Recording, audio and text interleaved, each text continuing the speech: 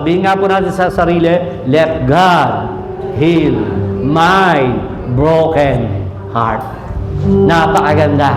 Hayaan mong ang Diyos ang gumamot sa iyong wasak na puso. Ang sabi po ng Psalms 147 verse 3 and 5, He heals the broken-hearted and binds up their wounds.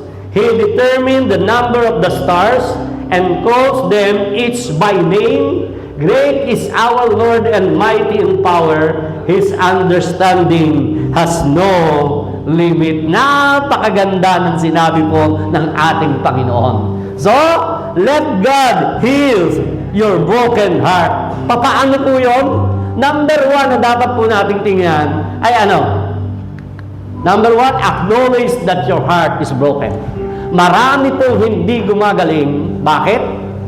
Marami pong talagang ang Diyos po ay laging makapangyarihan. Pero ikaw na rin mismo minsan ang nagiging hadlang para hindi ka magamot ng Diyos. Pero let God heal your broken heart. Ano po ang ginagawa ng mga tao? Okay? They don't accept, they don't acknowledge that their heart is broken. The first thing that you can do to be healed is acceptance. Dapat po tayong tanggapin na tayo po ay nasaktan. Dapat natin pong tanggapin na tayo'y binigo. Dapat po natin tanggapin na tayo po ay lumuluha sa loob. Dapat po nating tanggapin na tayo po ay may kirot pa rin, may sama ng loob pa rin sa lahat ng nangyari sa buhay po natin. That is the first thing na kailangan po nating gawin sa buhay pong ito. Now, ang sabi nga po ng 147 verse 3, kung titingnan po natin, He heals the broken-hearted. Ano po, sa Tagalog po, ang tama talagang Tagalog dito, ang taong wasak na puso ay pinagagaling niya. Hindi lamang po yung puso, nakapokus po siya doon sa tao. Hindi po siya nakapokus doon lamang sa parte ng puso na nasasaktan. Hindi, mas importante siya, mas importante sa Diyos kung sino yung may-ari ng puso. Kaya sabi dito, He heals the broken-hearted. It does not say that He heals the broken heart. He heals the broken-hearted. Focus doon kung sino yung may-ari ng puso. Ano ho? It says, He healed the broken-hearted. Na ang ibig po sabihin, totoo po na may mga tao po na nasasaktan. Totoo po na talagang ang kalapong sakit ay hindi matatawaran. Totoo po na may disappointment. Totoo po may grief, may rejection na nangyayari. Totoo po na minsan nabibigo. Alam nyo, maraming tao, akala mo ayos lang sa labas. Tama. Maraming tao, itinatago sa isang ngiti ang kanilang iyak. Maraming tao po, humahalakhak, pero ang puso nagdurugo.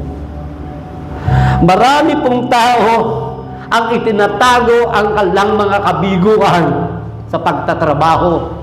At least pag nagtatrabaho ako, hindi ko na maiisip ang nararamdaman ko. Marami pong tao ang itinatago ito. At ang malungkot, itinatago sa Diyos. Yun po ang pinakunto. Pero sa totoo lang, napakasakit nung nararamdaman po niya. Some people are broken-hearted because of broken relationship. Talagang iyon po ang dahilan. May mga tao pong broken-hearted dahil sila po ay binitray, ipinagkanulo ng mahal na pinagkatiwalaan po nila. Some people are broken-hearted dahil nagtiwala po sila sa mga tao. Yung pala hindi tiwala. Some people are broken because of death, nawala, o kaya nakipaghiwalay. Some are broken because of their own mistake. Dahil sa sariling kagagawan, merong broken heart po sila. Some are broken because of guilt. Some are broken because they are rejected. Some are broken because they spent years feeling unloved. Ang sakit po nito. Yung ang tagal-tagal mo na naghahanap ng pagmamahal. Ang tagal-tagal mo nang nagmamahal sa Kanya, pero hindi ka minamahal. Sobrang sakit ng bagay na ito. Na akala mo'y mahal ka, pero isang araw malalaman mo na lang, hindi ka pala mahal. Ang sakit-sakit po ng pakiramdam ng bagay na iyan. Pero alam nyo, ang sinasabi mo na, I'm okay. No, you are not okay. Even though it's okay not to be okay, pero wag mong sabihin na ikaw ay okay.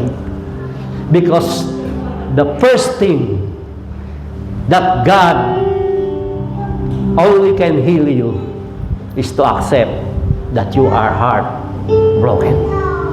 Aminin mo na talagang heartbroken ka. Nasabihin mo sa sarili, Panginoon, pagod na ako.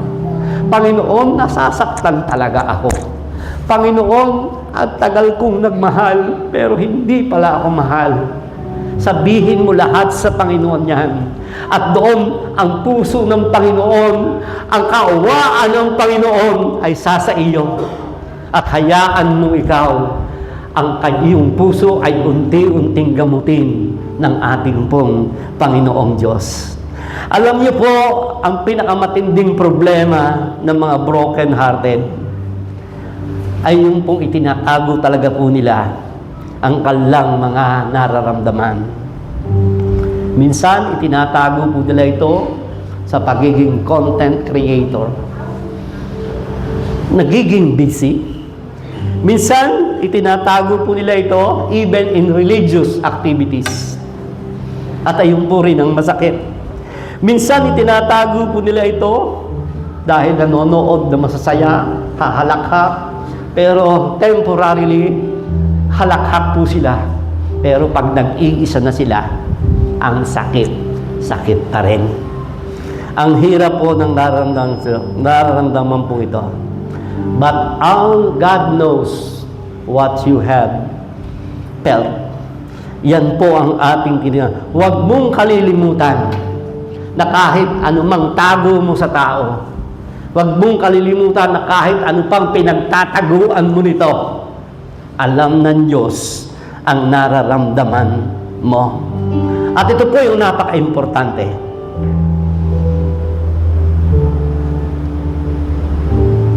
Kung hindi mo isusurrender sa Diyos ang nararamdaman mo, kung hindi mo i-acknowledge sa Diyos ang nararamdaman mo, kahit ang Diyos ay makapangyarihan, mahihirapan na kumilos ang Diyos para sa iyo, sapagkat ikaw mismo ang humadlang sa kagamutan na dapat para sa iyo. So let God heal your broken heart. Sabihin mo sa Panginoon, Lord, I am hurting. Lord, I am broken. Lord, I need you. Wala pong dapat ikahiya sa Diyos. Anak po tayo ng Diyos. Huwag kang mahihiya sa Diyos. Mahiya ka sa ibang tao kung nararamdaman mo kasi baka kung anong isipin pa nila. Pero huwag kang mahihiya sa Diyos na tanggapin, aminin na sasaktan ka. Huwag na huwag. Because it is the first step to be healed. Yan ang dapat. Wala pong kakakahiya na ikaw ay umiyak sa Diyos. Walang nakakahiya doon. Wala pong nakakahiya na sabihin sa Diyos, Panginoon, kailangan ko ng tulong mo. Walang nakakahiya po doon. Even strong people become tired. Even yung akala po natin ang tatag-tatag, dumabagsak. At dahil matatag ka, natatakot ka itong malaman ng ibang tao. Okay lang yon. Pero sa Diyos, umamin ka. Umamin ka sa Diyos.